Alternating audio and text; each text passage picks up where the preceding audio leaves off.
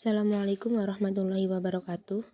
Saya ucapkan terima kasih kepada Bapak Muhammad Rofid Fikroni MPDI selaku dosen pengampu mata kuliah Pancasila di kelas Matematika 3.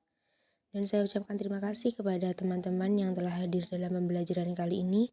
Di sini kami dari kelompok 9 yang beranggotakan Miftah Khairunisa, Nafila Ainul Azwilda, dan Salsabila Fitria Al-Zahro akan mempresentasikan materi mengenai kesatuan sistematika sila-sila Pancasila. Baik, langsung saja. Yang pertama yaitu mengenai pengertian kesatuan sistematika sila-sila Pancasila. Pancasila sendiri adalah ideologi sekaligus dasar negara Indonesia.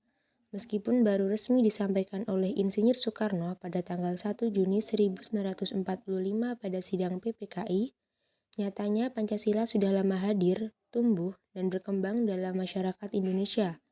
Pancasila juga dikatakan sebagai sari dari seluruh budaya, nilai, dan moral kehidupan bangsa Indonesia. Dengan demikian, bisa dikatakan bahwa Pancasila merupakan jati diri dari seluruh rakyat Indonesia.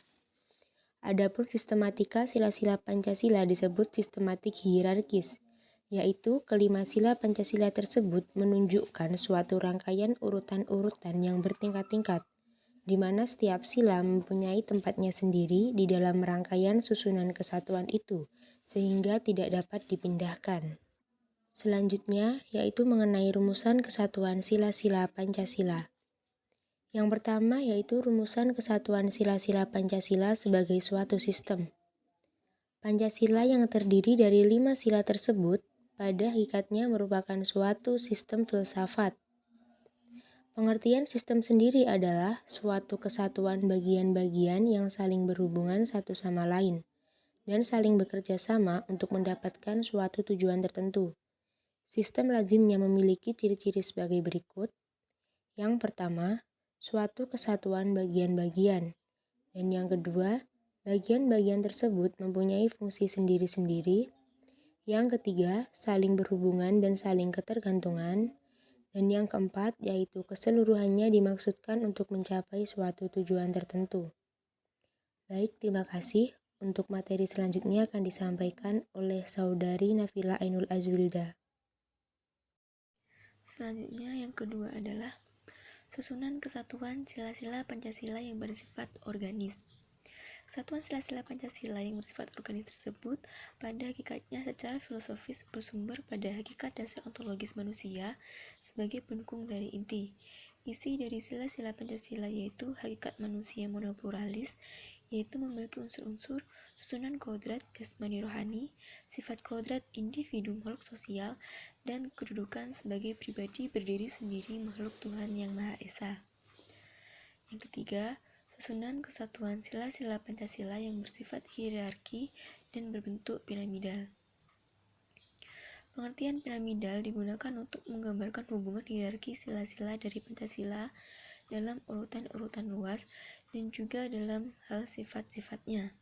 Sedangkan kesatuan sila-sila Pancasila bersifat hierarkis dan mempunyai bentuk piramidal digunakan untuk menggambarkan hubungan hierarki sila-sila Pancasila dalam urutan-urutan luas. 5 sila dalam Pancasila memiliki hubungan yang mengikat antara satu dengan yang lain, sehingga Pancasila merupakan suatu kesatuan yang bulat. Rumusan sila-sila Pancasila adalah sebagai berikut. Sila pertama yaitu ketuhanan yang Maha Esa meliputi dan menjiwai sila-sila kemanusiaan yang adil dan beradab, persatuan Indonesia, kerakyatan yang dipimpin oleh hikmat kebijaksanaan dalam permusyawaratan perwakilan, serta keadilan sosial bagi seluruh rakyat Indonesia. Sila yang kedua, kemanusiaan yang adil dan beradab diliputi dan dijiwai oleh sila ketuhanan yang Maha Esa, meliputi dan menjiwai sila persatuan Indonesia, kerakyatan yang dipimpin oleh hikmat kebijaksanaan dalam permusyawaratan perwakilan, serta keadilan sosial bagi seluruh rakyat Indonesia.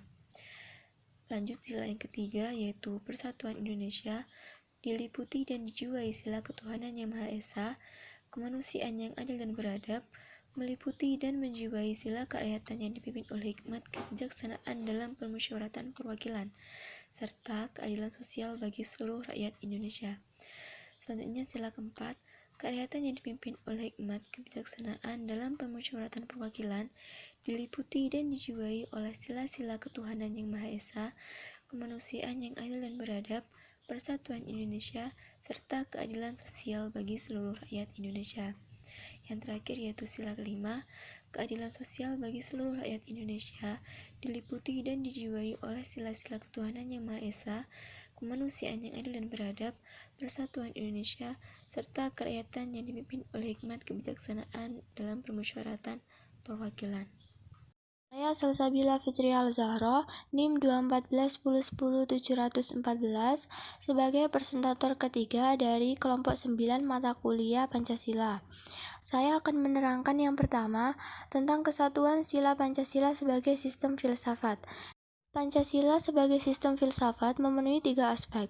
Aspek pertama, aspek ontologis, ilmu tentang ada, terkait dengan adanya Pancasila atau hakikat keberadaannya yang memberi jawab terhadap pertanyaan apa.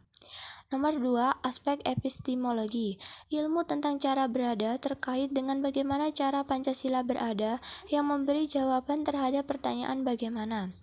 Aspek ketiga, aspek aksiologis, ilmu tentang penerapan, aplikasi, manfaat, atau kegunaan terkait dengan penerapan sila-sila Pancasila dalam kehidupan berbangsa dan bernegara, memberi jawaban atas pertanyaan untuk apa. Kemudian saya akan menjelaskan tentang hubungan sila-sila dalam Pancasila. Pancasila memuat 5 nilai dasar yang dijadikan pedoman kehidupan berbangsa dan bernegara. 5 nilai tersebut meliputi nilai ketuhanan, nilai kemanusiaan, nilai persatuan, nilai kerakyatan, dan nilai keadilan. Hubungan sila-sila dalam Pancasila. Sila pertama, ketuhanan yang Maha Esa, mengandung nilai ketuhanan. Sila pertama meliputi sila kedua, sila ketiga, sila keempat, dan sila kelima. Masyarakat menjalankan perintah agama dengan menjunjung tinggi nilai-nilai kemanusiaan, menjadikan agama sebagai basis untuk membangun persatuan dan kedamaian, menghargai perbedaan secara demokratis, dan berupaya mensejahterakan kehidupan sesama. Sila kedua, kemanusiaan yang adil dan beradab. Artinya, seluruh manusia diperlakukan sesuai dengan hakikat dan martabatnya sebagai makhluk ciptaan Tuhan yang sama derajatnya, sama hak dan kewajibannya, dan tanpa membeda-bedakan agama, suku, dan golongan. Dengan demikian, sila kedua ini berhubungan dengan sila pertama, sila ketiga, sila keempat, dan sila kelima. Sila ketiga, persatuan Indonesia, mengandung nilai persatuan. Persatuan yang dimiliki oleh bangsa Indonesia didasarkan pada nilai ketuhanan dan kemanusiaan yang menekankan pada kesejahteraan bersama, berdasarkan sikap saling membantu. Oleh sebab itu, sila ketiga berhubungan dengan sila pertama, sila kedua, sila keempat, dan sila kelima. Sila keempat, kerakyatan yang dipimpin oleh hikmat kebijaksanaan dalam permusyawaratan perwakilan, mengandung nilai kerakyatan.